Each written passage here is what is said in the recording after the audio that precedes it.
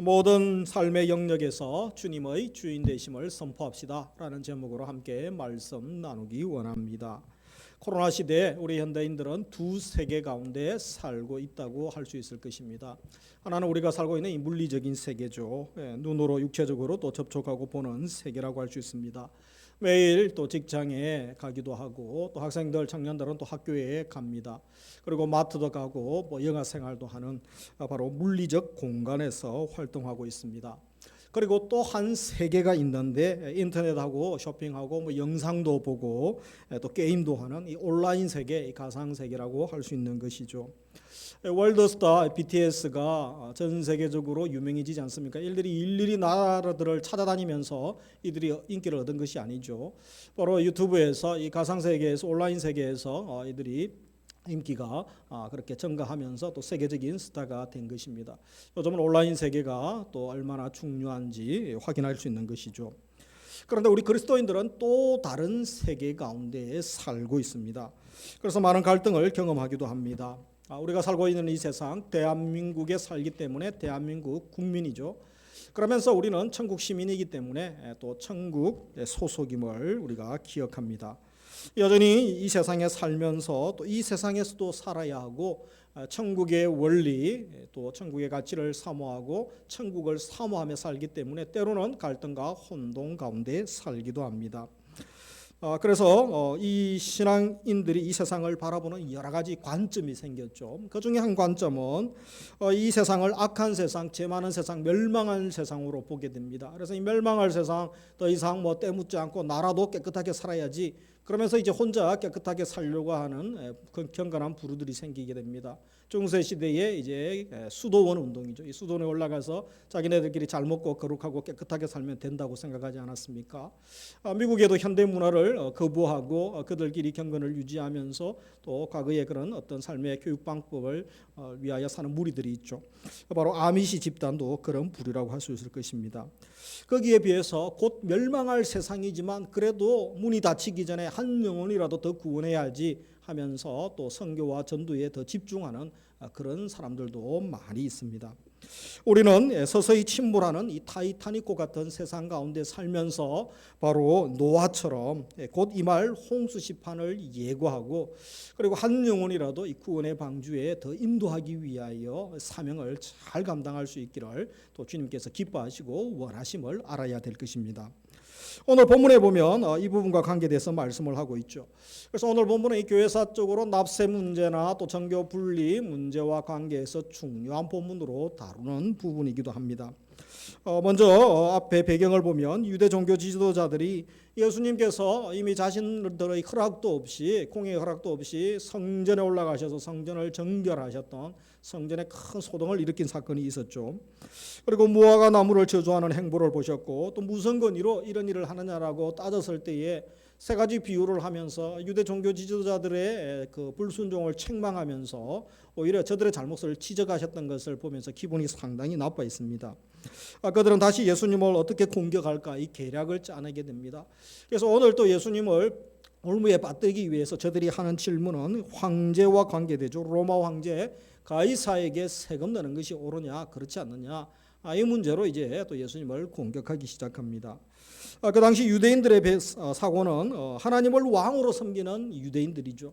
그래서 우리는 만왕의 왕 하나님을 섬기는데 일개의 이방 나라 우리를 점령하고 있지만 기분 나쁜 가이사에게 세금 바치는 것은 또 그가 우리를 점령하는 것은 너무나 기분이 나쁘고 또 그 때문에 우상 숭배를 강요하는 것은 도저히 있을 수 없는 일이다라고 자존심 상하는 일로 여겼습니다. 민족적으로 거부감을 갖는 일이었습니다. 그래서 어떤 과격한 유대인들은 이제 쿠데타를 일으키죠. 선동해서 쿠데타를 일으킵니다. 더 이상 가이사에게 세금 내서는 안 됩니다. 납세 거부 운동을 일으켰던 것이죠. 그러면서 다시 우리가 독립합시다. 그래서 쿠데타를 일으켰지만 갈릴리 유다 같은 경우는 그렇게 시도했다가 또 실패로 끝나기도 합니다. 이런 뒤숭숭한 상황 가운데 이들이 질문을 던지는데 17절에 보시면 가이사에게 세금을 바치는 것이 옳습니까? 옳지 아니하니까?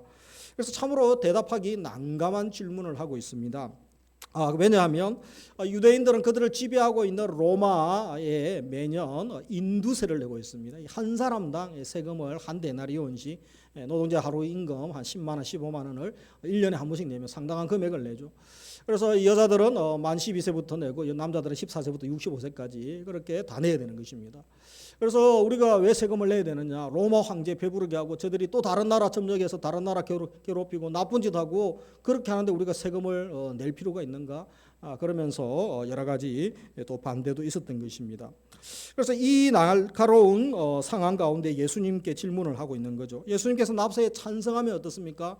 유대인들의 공분을 사게 됩니다. 예수님이 왜 찬성을 하는가? 유대인들이 적대감을 표현하게 될 것이고 메시아 하나님의 아들로 오신 예수님에게는 치명적인 흠이 될 수도 있는 것입니다. 그런다고 납세를 하면 안 됩니다. 이 납세를 반대하면 어떻습니까? 로마 군인들이 가만히 있겠습니까? 로마 권력에 저항하는 반란 주동자로 바로 체포당할 수 있는 것입니다. 그래서 어떤 답을 하든 어느 쪽을 택하든 예수님은 올과 맥이 딱 좋은 아주 날카로운 질문을 지금 바리새인과 또 헤롯 당원들이 종교 지도자들이 지금 던지고 있는 것입니다. 이런 난감한 질문 앞에 우리 예수님께서는 전혀 당황하지 않으시면서 무엇이라고 답하십니까? 18절에 보면 외식하는 자들아 어찌하여 나를 시험하느냐 라고 호통을 치고 있습니다. 그러면서 너희들 가진 동전 하나 꺼내보아라. 그러면서 20절에 이 형상과 이 글이 누구의 것이냐. 그래서 이들이 동전 하나를 꺼냈는데 이 동전이 바로 형상이 있죠, 그죠? 앞면에는 이제 그 황제의 얼굴을 하고 있습니다. 그 당시 가이사의 얼굴은 가이사는 이제 황제 칭호죠. 디베로가 황제로 있었죠. 그래서 디베로 얼굴이 그려져 있고 뒷면에 보면 문구가 새겨져 있습니다. 그 문구는 폰티펙스 막시무스. 그래서 최고의 제사장, 그리고 최고의 황제고 신의 아들이고 또 뒤에는 최고의 제사장, 그를 경배하라는 거죠. 그래서 그것을 그들이 꺼내지 않습니까? 그래서 예수님은 이 사건을 통하여 무언의 질타를 하고 있는 것입니다. 지금 너희들은 나한테 질문하고 있는데 너희들의 질문이 합당하냐라는 거죠. 그렇게 혐오하고 싫어하는 가이사의 형상이 새겨져 있는 동전을 내 손에서 꺼낸 것이 아니고 너희들 호주머니에서 끄집어내어서 너희들이 그렇게 말로는 싫어하고 뭐 또 저항한다고 하지만 실제로 그 돈을 잘 꺼내고 날마다 가이사를 묵상하고 가이사의 얼굴을 보고 또 문구를 보고 있지 않느냐. 그리고 그 돈 가지고 상업적인 거래도 하고 있고 그 돈 모으기 위해서 너희들은 푹 빠져 있지 않느냐. 그래서 너희들이 말과 행동이 너무 다르지 않느냐라고 가이사의 질서에 굴복하고 있는 그들을 책망하는 것입니다. 그러면서 21절에 그런즉 가이사의 것은 가이사에게 하나님의 것은 하나님께 바치라라고 말씀하고 계시는 것이죠. 그래서 오늘 본문의 말씀을 통하여 예수님께서 하시고자 하는 중요한 메시지가 있습니다. 그 메시지는 단순한 납세 문제나 정교 분리 문제가 아니라는 것입니다. 그래서 세 가지의 말씀을 나누면 첫째로 외식하지 말라라고 하시는 것입니다. 우리 18절 같이 한번 읽겠습니다. 예수께서 그들의 악함을 아시고 이르시되 외식하는 자들아 어찌하여 나를 시험하느냐. 그래서 외식하는 자들아 어찌하여 나를 시험하느냐. 그들의 엄중한 마음을 가지고 그들이 예수님을 시험하고 있죠. 그래서 이 자신들 주머니에 가이사 형상의 돈을 자신들이 들고 다니면서 우리는 로마를 싫어합니다. 이방신 섬기는 황제 우리는 굴복할 수 없습니다. 그러면서 사실은 어떻습니까? 동전을 잘 사용하고 또 거래도 하고 그리고 그들의 질서에 가이사의 질서 통치 가운데 저들이 잘 살고 있는 것입니다. 그러면서 말로는 싫어한다라고 하고 또 그렇게 행동하는 것 자체가 외식이 아니냐. 그렇게 물으시는 거죠. 로마 체제의 순응자라면서 우리는 로마가 우리를 통치하는 거 싫어합니다. 그렇게 말하고 또 돈에 푹 빠져 살고 있고. 그래서 이 가이사가 얼마나 지혜롭습니까? 그래서 저들을 통치하기 지배 다스리기 위하여 그죠 화폐제도 금융제도를 싹 바꿔가지고 다 자기들 나라 돈을 다 쓰게 하고 그렇게 해놓은 거죠. 그래서 사람 잡으려면 이 돈 가지고 사람을 잡을 수 있는 것이죠. 그래서 너희들이 그렇게 하는 질문이 모순이라는 것입니다. 이 사기꾼 같은 이 거짓말장이고 맞지 않다는 거죠. 솔직하지 못한 행위라고 말하는 것입니다. 그런데 종교 지도자들만이 문제였습니까? 유대인들만의 문제입니까? 우리에게는 이런 모습들이 없습니까? 우리에게도 얼마나 외식이 많습니까? 사실 나는 굉장히 경건한 사람입니다. 나는 정직한 것밖에 모릅니다.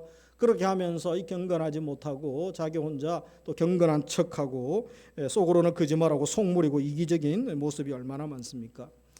예를 들면 뭐 대낮에 요즘 이제 조금 코로나 백신도 많이 맞으셔가지고 우리 애도 한 40-50명 맞으셨더라고요. 보니까 또 6월 중에 40-50명 이상 한 60명까지 대상이 되지만 많이 20% 정도는 안 맞으시는 것 같고 그래서 많이 맞으셔서 예배가 회복돼야 되죠. 7월부터는 좀 더 많이 예배 드릴 수 있도록 그렇게 또 노력하고 계시죠.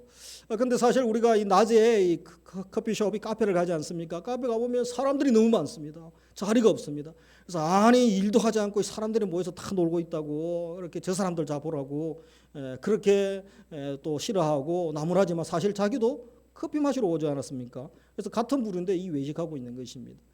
교육부 장관이 공교육을 살려야 됩니다. 이렇게 이야기합니다. 그런데 자기 자식들은 어떻게 합니까? 아주 고액 사교육만 하고 있다면 그것이 바로 외식에 빠져 있는 모습입니다.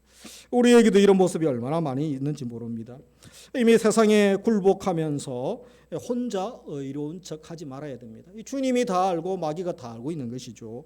진실되게 주님께 자신의 모습을 고백하고 주님 아무런 소망 없고 참 연약하고 무너지고 마음대로 되지 않는 내 인생 불쌍히 여겨주시고 주여 도와주옵소서 믿음으로 일어나게 해달라고 우리가 진실되게 기도를 해야 되는 것입니다. 그러면서 두 번째, 예수님 안에는 성속의 구별이 없습니다. 우리가 포기해도 되는 세상은 없다라는 것입니다.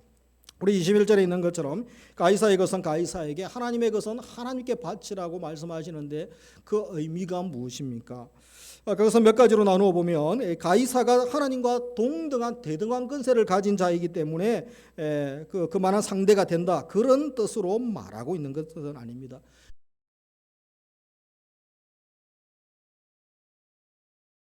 왜냐하면 예수 그리스도 안에 들어오면 성속의 구별이 없어집니다. 예수님 은혜 안에 들어오면 보잘것없고 세상 것이라 할지라도 보배로운 것이 되고 다 존귀한 것으로 얼마든지 주님께서 바꿔주시고 높여주실 수 있기 때문에 그런 것입니다.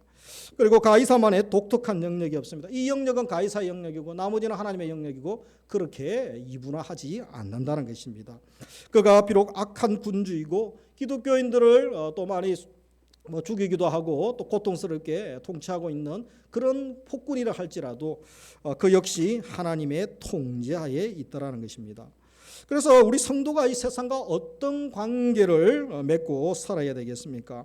우리 예수님은 요한복음 15장에서 우리가 세상에 살지만 너희는 세상 소속이 아니고 마귀 소속이 아니고 하나님께 속한 자다, 내게 속한 자다. 그래서 세상이 너희를 미워한다 라고 분명히 우리의 소속을 말씀하신 바가 있습니다.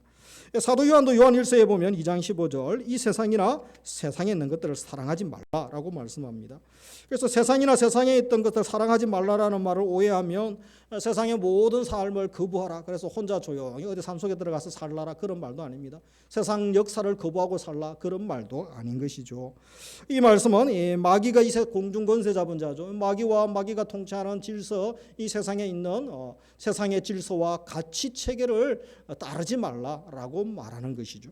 세상에 살면서 우리는 하나님의 말씀과 천국 질서를 따라 살 자들이기 때문에 그런 것입니다.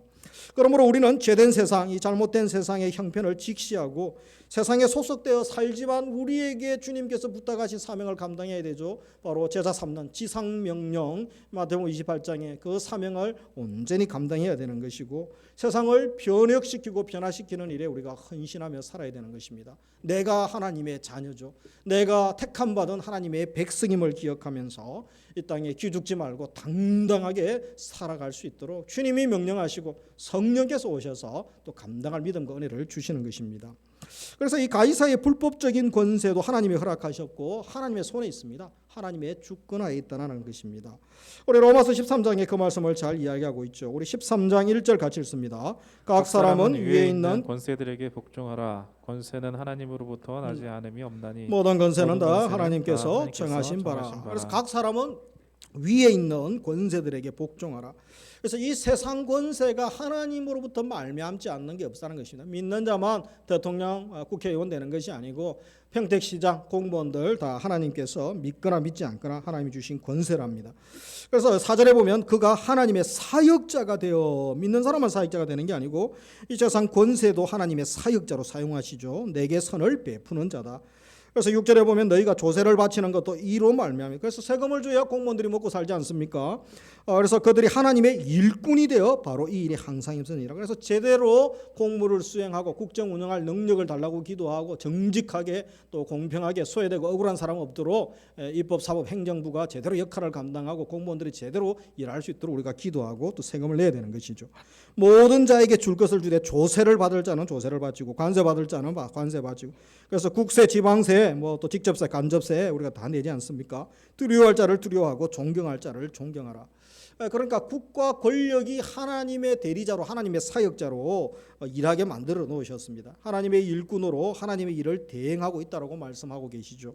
그래서 하나님이 주신 이 권력에 순복하고 복종하라 라고 말씀합니다. 제대로 할 때는 우리가 따라줘야 되죠. 정부 시책, 정책을 따라주고 협조해주고 지지해줘야 되지 않습니까? 그런데 잘못할 때가 있습니다. 불법을 행하고 또 폭군이 되어서 그럴 때는 이 칼빈은 시민 복종과 불복종의 원리를 말하면서 이 정당하게 할 때는 물론 순복하지만 그렇지 않을 때 어떻게 하느냐? 그러므로 국가 권력이 불의를 행할 때 성도는 야합하거나 굴종할 것이 아니라, 그래서 그들과 야합하지 말라는 거죠. 권력의 시내가 되지 말고 적법한 절차를 거쳐 공의의 회복에 앞장서서 불의의 세력을 개혁하여야 한다라고 말하죠. 그래서 이 모든 것은, 세상의 모든 것이 바로 하나님의 주권, 하나님의 손 안에 있다는 것을 인정하면서 시작하는 것입니다. 우리의 모든 삶의 영역에서 주님이 왕노릇하시고 또 주인 되신 주님이 통치하시도록 우리의 삶을 내어드리는 것이 필요합니다. 그리고 모든 삶의 영역에서 주님의 주인 되심을 우리가 선포하며 실제로 주님이 왕 되시고 주님께서 이끄시는 것들을 세상 가운데 우리가 보여줘야 되는 것입니다. 그렇다면 이 세상의 악한 권세, 세상 권세를 대하는 그리스도인들의 태도 7가지에 대하여, 이것만 해도 한 주간 설교해야 되는 부분이지만 7가지를 짧게 우리가 말씀을 드리며, 우리 사랑방 모임하시는 분들은 한 번 더 영상을 들으시고 정리하시면 되겠습니다. 그래서 이 첫째로, 이 세상 포기하고 대충 살라는 말이 아닙니다. 이 악한 세상 그러면서 혼자서 산에 가서 살라는 말씀이 아니죠. 세상 속에 살아야 되는 거죠. 사악한 통치자와 타협하고 그들을 찬양하고 악한 권세에게도 굴복하라는 것도 아닙니다. 그래서 우리가 세상에 하나님께서 주신 권위라고 해서 잘못할 때 우리가 또 정직하게 말씀의 원리에 따라서 말할 것은 말해야 된다는 것이죠. 그러면서 악한 권세도 하나님의 통치하에 있고 그 권세하에 고난당하는 성도의 삶도 하나님의 섭리와 다스림으로 받아들이는 것입니다. 하나님의 손에 있다면 어떠한 상황 가운데서도 하나님이 다루시고 하나님의 뜻이 계심을 안다면 인간적인 방법, 무리를 하지 않는다는 것입니다. 그래서 어떻게 합니까? 성도는 세상 권세에 순복하면서도 하나님 권세에 더 순복하기 위하여 비폭력적 저항을 하는 것이죠. 그래서 우리 세상 권세에 순복하지만 우리보다 더 큰 권세, 이 세상 권세보다 더 큰 권세, 바로 하나님 권세가, 말씀이 더 큼을 인정하면서 우리가 세상에 불의할 때 어떻게 하는가? 우리 조기철 목사님, 손양원 목사님 일제 통치할 때 신사참배, 우상숭배를 강요하고 그들에게 불의한 것을 행하라고 지시하지 않습니까? 그렇지 않으면 엄청난 옥고를 치르고 그랬죠. 그런데 그들이 이것은 불의합니다 그러면서 우리도 총칼을 준비합시다, 무력으로 투쟁하지 않았다는 것입니다. 그리스도인들은 그리스도인의 방법으로, 말씀으로 우리가 그것에 대하여 진실하게 정직하게 또 아뢰일 그런 방법이 있는 것이죠. 그것이 무엇입니까? 기독교 세력을 무기로 정치권을 향하여 권력을 행사하고 저항하는 것은 하나님의 방법이 아닙니다. 그래서 이 가끔 기독교도 힘을 얻어야 됩니다. 너무 억울하게 당합니다. 그것은 인간적인 생각이고 마귀가 주는 생각이지 결코 하나님의 방법은 아닙니다. 예수님도 십자가에서 죽으셨지 않습니까? 뭐 죽을 수밖에 없는 능력이 없어서 그렇습니까? 그렇지 않죠. 아버지의 뜻을 이루기 위하여 우리에게 어떻게 살 것을 보여주셨던 것이죠. 그래서 십자가 원리는 바로 하나님의 말씀을 무기로 진리를 함께 선포하는 것입니다. 그래서 우리가 말씀이 유일한 무기고 엎드려서 또 하나님의 뜻이 이루어지도록 기도하는 것입니다.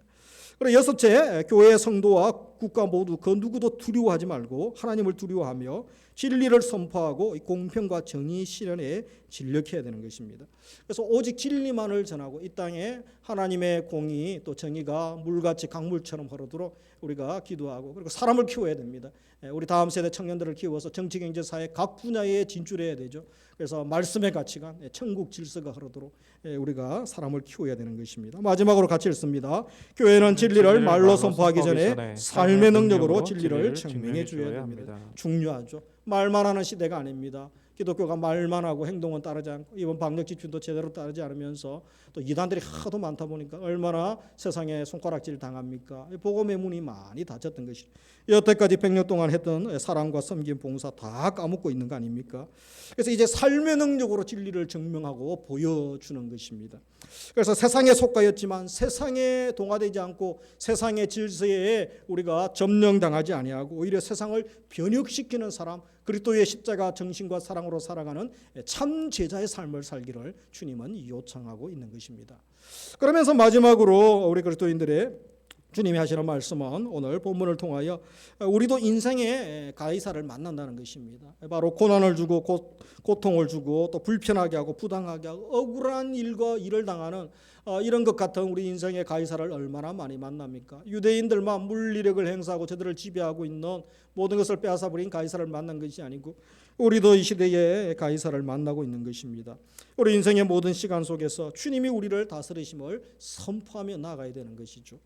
그래서 우리는 인생의 굴곡, 인생이 없을 수 없는 이 고난의 문제와 늘 접하지 않습니까? 요즘처럼 내일에 대한 또 불안함, 또 어두운 현실, 미래, 그리고 당장 매일 매 순간 또 코로나 바이러스 감염에 대한 두려움들이 있지 않습니까?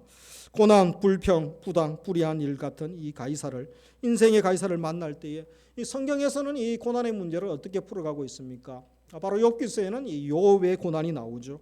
그래서 욥은 아무 잘못 없이 고난을 당합니다. 이 당대인이고 하나님을 경외하던 인물 아니었습니까? 그에게 찾아왔던 고난은 하루아침에 졸지에 임한 고난이었죠. 그래서 하루아침에 재산을 다 잃고 자녀들이 다 죽습니다. 몸에 또 질병이 납니다. 아내와 친구들이 하나님 저주하라고 또 정죄하기 시작합니다. 그러나 그가 초기에는 범죄하지 않습니다. 하나님에 대한 사랑, 하나님을 경외하면서 떠나지 않았던 것입니다. 그래서 우리가 고난 앞에서 중요한 사실들을 기억해야 됩니다. 먼저 우리가 당하는 모든 고난은 하나님의 허락하에 진행되어진다는 것입니다. 사탄이 욥을 가지고 노는 시험 역시 하나님이 생명 외에는 손대지 말라고 생명 외에는 허락해 주죠. 그래서 하나님의 허락, 하나님의 또 다 알고 계셨다는 것입니다. 그러나 아무리 하나님의 허락하에 진행되는 고난이라 할지라도 즐거운 고난은 없습니다. 쉬운 고난은 하나도 없는 것입니다. 어떤 고난은 다 고통스럽습니다. 즐거운 고난은 없고 고난은 말 그대로 고난인 것이죠. 그래서 요셉 같은 경우에 시편 105편에 보면 하나님의 계획 가운데 그가 종으로 팔려가고 그렇게 젊은 시절 고생했음을 기록하고 있습니다. 하나님이 요셉을 그렇게 고생하게 한 것, 결국은 요셉을 먼저 단련시키고 준비하여서 그의 아버지와 형제들 그리고 그의 민족을 살리기 위하여 7년 뒤에 바로 기근 가운데 살리기 위하여 하나님의 계획이 있었다는 것입니다. 나중에 요셉이 깨닫고 하나님을 찬양하지 않습니까? 그래서 하나님의 계획 가운데 있음을 우리가 알아야 되는 것입니다. 그래서 셋째로 이유 없는 고난이 있어도 의미 없는 고난은 없다라는 것입니다. 물론 우리가 당하는 대부분의 고난은 내가 잘못하거나 또 내가 게을러서 범죄해서 받는 경우가 많습니다. 그때는 회개해야 되죠. 그리고 어떤 경우는 진리를 위하여 정직하게 말씀대로 살려다가 오히려 박해받고 핍박받는 경우들도 많습니다. 그리고 애매한 고난이죠. 애매한 고난도 있습니다. 옆집에 불이 붙었는데 우리 집까지 불이 옮겨지기도 하고. 그래서 마지막 고난 5가지 고난 중에 고난의 모델은 예수 그리스도의 십자가죠. 어떤 고난 가운데 있다 할지라도 예수 그리스도의 십자가를 묵상하고 바라보면 이겨나갈 수 있고 위로받을 수 있는 것입니다. 그래서 이런 고난들 중에 이유 없는 고난이었다고 할지라도 의미 없는 고난은 없다라는 것입니다. 가이사도 하나님께서 사용하신 것처럼 설사 내가 실수하고 범죄하여 고난을 받는다 할지라도 그 고난조차도 회개하고 돌이키는 인생에게는 하나님이 복이 되게 하시고 나중에 영적 재산이 되게 하시고 하나님의 사역에 또 큰 밑거름으로 사용하신다는 것입니다. 그래서 하나님께서 이 고난들까지도 결국은 아름답게 사용하심을 어떻게 바울은 찬양합니까? 로마서 8장 28절 같이 읽습니다. 우리가 알거니와 하나님을 사랑하는 자 곧 그의 뜻대로 부르심을 입은 자들에게는 모든 것이 합력하여 선을 이루니라. 그래서 모든 것이 합력하여 하나님께서 뜻을 이루시고 선을 이루심을 말씀하고 있는 것입니다. 그래서 31절에 보면 그런즉 이 일에 대하여 우리가 무슨 말하리요? 만일 하나님이 우리를 위하시면 누가 우리를 대적하리요? 2절 같이 읽습니다. 자기 아들을 아끼지 아니하시고 우리 모든 사람을 위하여 내주시니가 어찌 그 아들과 함께 모든 것을 우리에게 주시지 아니하겠느냐. 그래서 하나님께서 좋은 것 주시려고 준비하시고 하나님께서 복 주시기 위하여 우리를 단련하시고 연단하신다는 것입니다. 고난의 모든 일들도 결국 하나님의 말씀을 이루고 하나님의 뜻을 이루는 과정이고 우리를 단련하는 연단하는 과정이다라고 말씀합니다. 지극히 힘든 연단의 과정을 사용하셔서 갈면의 말처럼 그죠? 인간은 고난이 없으면 좀처럼 좋은 사람 되기 어렵다고 고난이 없으면 어려움이 없고 질병이 오고 교통사고 오고 갑자기 자녀들이 문제가 생기고 뭐 직장에서 쫓겨나기도 하고 예기치 못한 내가 감당하지 못한 그런 한계 상황을 뛰어넘는 그런 일들이 갑자기 생기기도 하죠. 그래서 사람은 자기가 잘난 맛에 삽니다. 내가 능력이 많고 내 힘으로 세상을 살 수 있다. 내 주먹을 믿으라. 그런데 이 고난이 오면 그것이 얼마나 교만하고 어리석은 말인지 깨닫게 하죠. 그래서 한없이 자기가 깨어지고 낮아지게 하시면서 결국은 하나님이 빚으시는 겁니다. 하나님의 사람으로 빚어지고 하나님의 또 일을 할 수 있는 사람으로 준비하시는 것입니다. 그러한 고난과 고통, 억울함, 답답함 하나님은 다 사용하시는 것입니다. 그래서 기억할 것은 하나님의 손에 다루어진 고난이라면 다 의미가 있기 때문에 또 하나님의 계획이 있음을 알기 때문에 즐거워하고 감사할 수 있고 오히려 믿음으로 우리가 감당해 나갈 수 있게 된다는 것입니다. 그래서 오늘 말씀을 세 가지로 마무리하면 주님이 다스리지 않는 삶은 영역은 없습니다. 주님이 우리 삶의 참 주인이 되십니다. 교회 안과 밖, 정치, 경제, 사회, 또 문화, 예술 모든 영역에 주님이 주인 되시고 우리 주님께서 간섭하지 못하는 영역이 없으신 것입니다. 그러므로 세상 권세에 무수하지 말고 또 그 권세가 하나님의 권세로 온전히 쓰임 받을 수 있도록 우리가 할 일은 기도하는 거죠. 지지하고 잘할 때는 기도해야 됩니다. 그리고 우리가 또 세상을 섬기는 자가 되어야 됩니다. 그래서 우리의 삶의 현장에서 성도들의 삶의 현장에서 가정 일터에서 사회 현장에서 모든 영역에서 주님의 왕 되심, 주님이 주인 되시면 왕의 말을 들어야 되고 주인의 말을 들어야 되지 않습니까?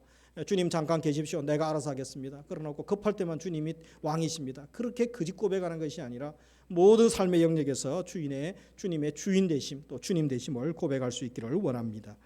그리고 두 번째로 세상의 삶과 무관심하며 이 교회 안에 갇힌 종교인으로서의 삶만 살았던 것을 우리가 회개해야 됩니다.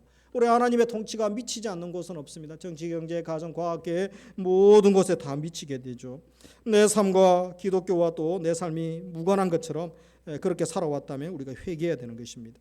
그뿐만 아니라 우리의 삶을 돌이키고 이제 삶의 현장에서 그리스도인으로서 당당하게 우리가 진리를 말로 삶으로 드러내고 전해야 되는 것입니다.